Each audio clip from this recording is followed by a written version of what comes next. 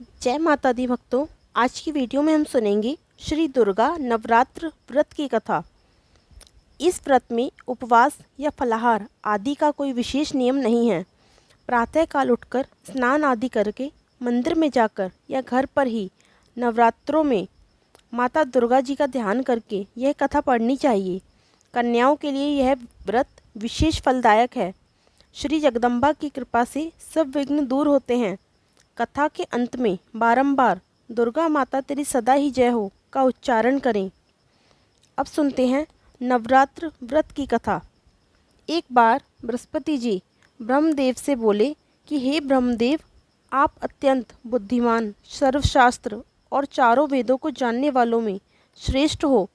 हे प्रभु, कृपया कर मेरा वचन सुनो। चैत्र, आश्विन और आषाढ़ मास के शुक्ल पक्ष में नवरात्र का व्रत और उत्सव क्यों किया जाता है? हे भगवान, इस व्रत का क्या फल है? इसे किस प्रकार करना उचित है? और इस व्रत को पहले किसने किया, सो विस्तार से कहिए। बृहस्पति जी का ऐसा प्रश्न सुनकर ब्रह्मा जी कहने लगे, हे बृहस्पति, प्राणियों का हित करने की इच्छा से तुमने बहुत ही अच्छा प्रश्न किया है।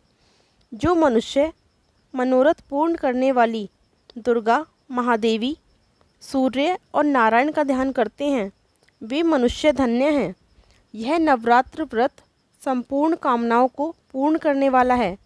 इसके करने से पुत्र चाहने वाले को पुत्र, धन चाहने वाले को धन, विद्या चाहने वाले को विद्या और सुख चाहने वाले को सुख मिलता है।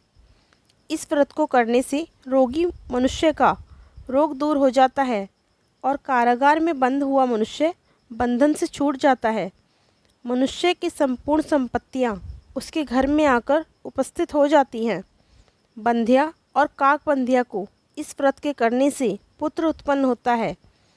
समस्त पापों को दूर करने वाले इस व्रत के करने से ऐसा कौन सा मनोरथ है जो सिद्ध नहीं हो सकता?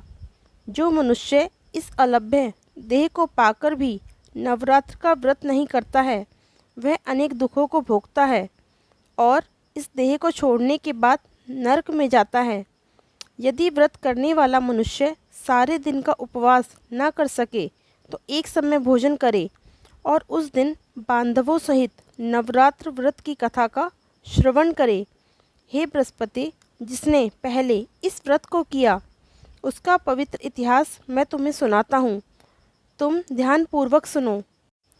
ब्रह्मा जी बोले, पीठत नाम के मनोहर नगर में एक अनाथ नाम का ब्राह्मण रहता था।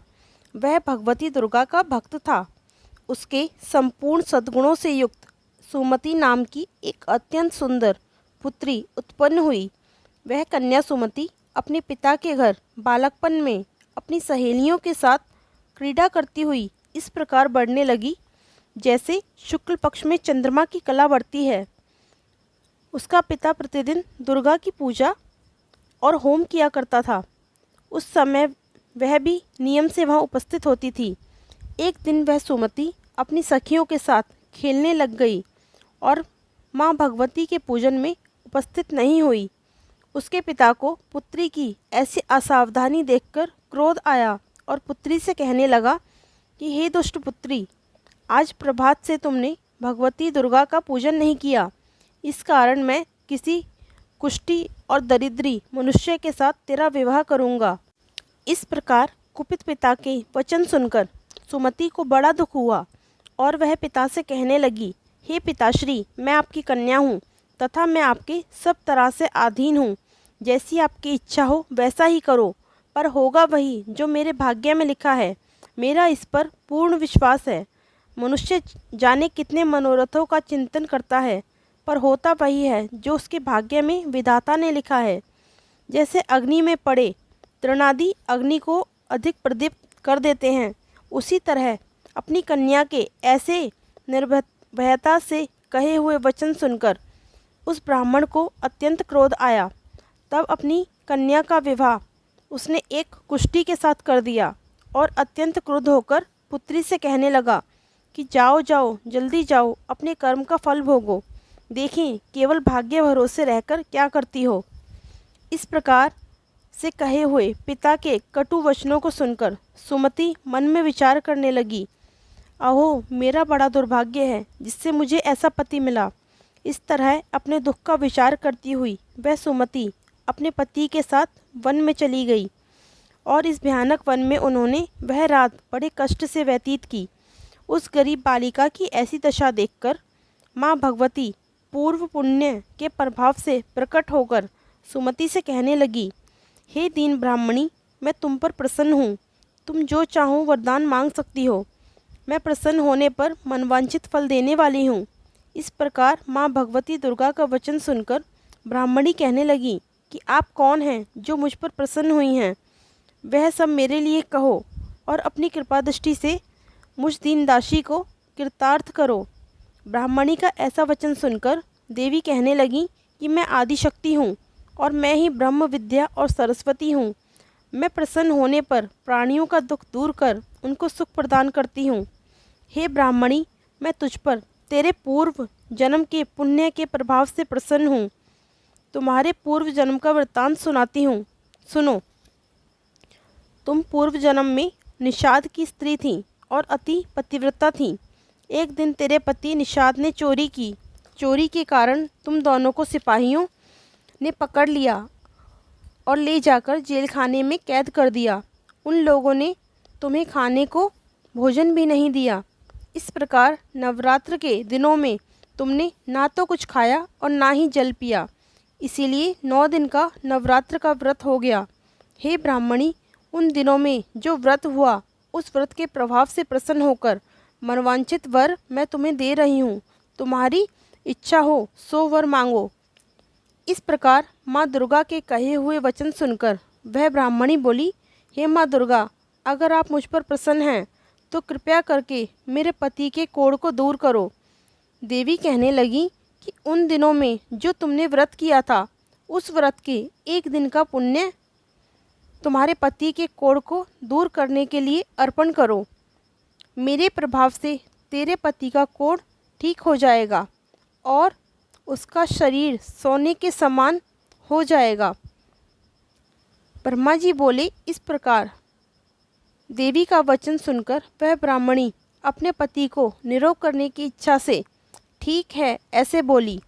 तब उसके पति का शरीर भगवती दुर्गा की कृपा से कुष्ठहीन होकर अति कांति युक्त हो गया, जिसकी कांति के सामने चंद्रमा की कांति भी क्षीण हो जाती है। वह ब्राह्मणी पति की मनोहर देह को देखकर देवी की स्तुति करने लगी। हे माँ दुर्गे, आप दुर्गति को दूर करने वाली, तीनों जगत का संताप हरने वाली, समस्त दुखों को दूर करने वाली, रोगी मनुष्य को निरोग करने वाली, प्रसन्न होने पर मनवांछित वस्तु देने वाली और दुष्ट मनुष्यों का नाश करने वाली हो। तुम ही सारे जगत की माता पिता हो।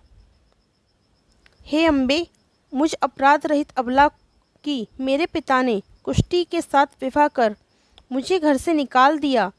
उसके निकाली हुई मैं पृथ्वी पर घूमने लगी। आपने ही मेरा इस आपत्ति रूपी समुद्र से उद्धार किया है। आपको मैं बारंबार प्रणाम करती हूँ।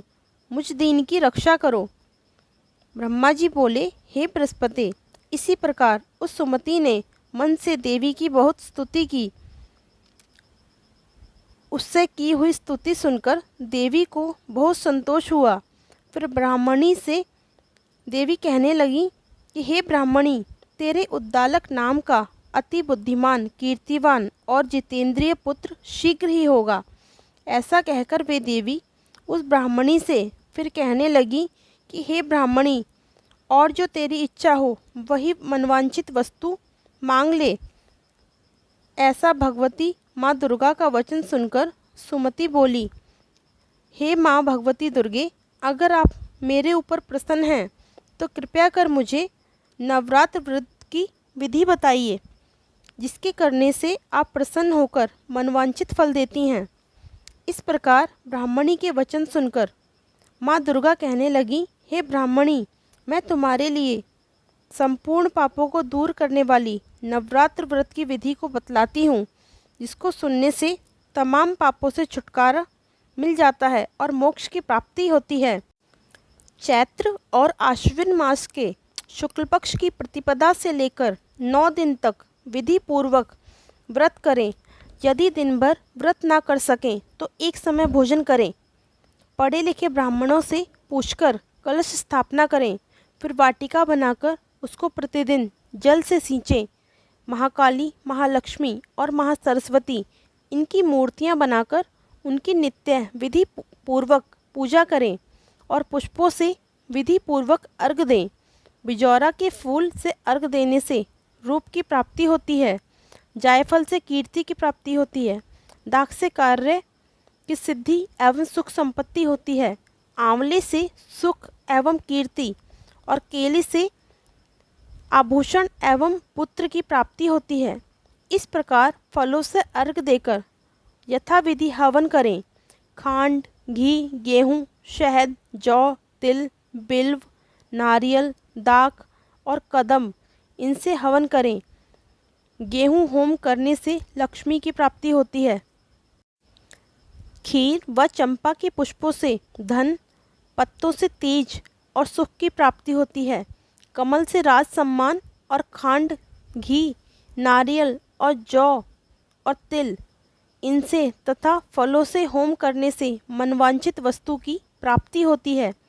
व्रत करने वाला मनुष्य इस विधान से होम कर आचार्य को अत्यंत नम्रता से प्रणाम करे और व्रत की सिद्धि के लिए उसे दक्षिणा दे।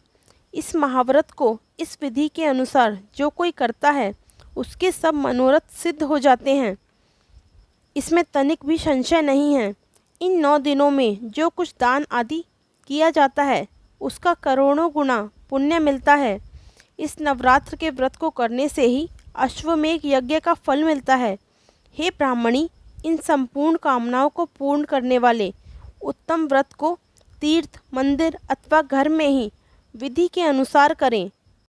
ब्रह्मा जी बोले, हे बृहस्पति, इस प्रकार ब्राह्मणी को व्रत की विधि और फल बताकर देवी अंतर्ध्यान हो गईं। जो मनुष्य या स्त्री इस व्रत को भक्ति पूर्वक करता है वह इस लोक में सुख पाकर अंत में दुर्लभ मोक्ष को प्राप्त होता है। हे बृहस्पति, यह दुर्लभ व्रत का महात्म्य मैंने तुम्हारे लिए बतलाया है। बृहस्पति जी कहने लगे, हे ब्रह्मदेव, आपने मुझ पर अति कृपा की है जो अमृत के समान इस नवरात्र व्रत का महात्म्य मुझे सुनाया। हे प्रभु, आपके बिना और कौन इस महात्म्य को सुना सकता है। ऐसे बृहस्पति जी के वचन सुनकर ब्रह्मा जी बोले, हे बृहस्पति, तुमने सब प्राणियों का हित करने वाले इस अलौकिक व्रत को पूछा है, इसलिए तुम धन्य हो।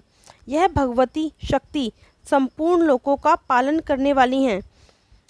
इन महादेवी के प्रभाव को कौन जान सकता है, अर्थात कोई नहीं जान सकता। कथा समाप्त।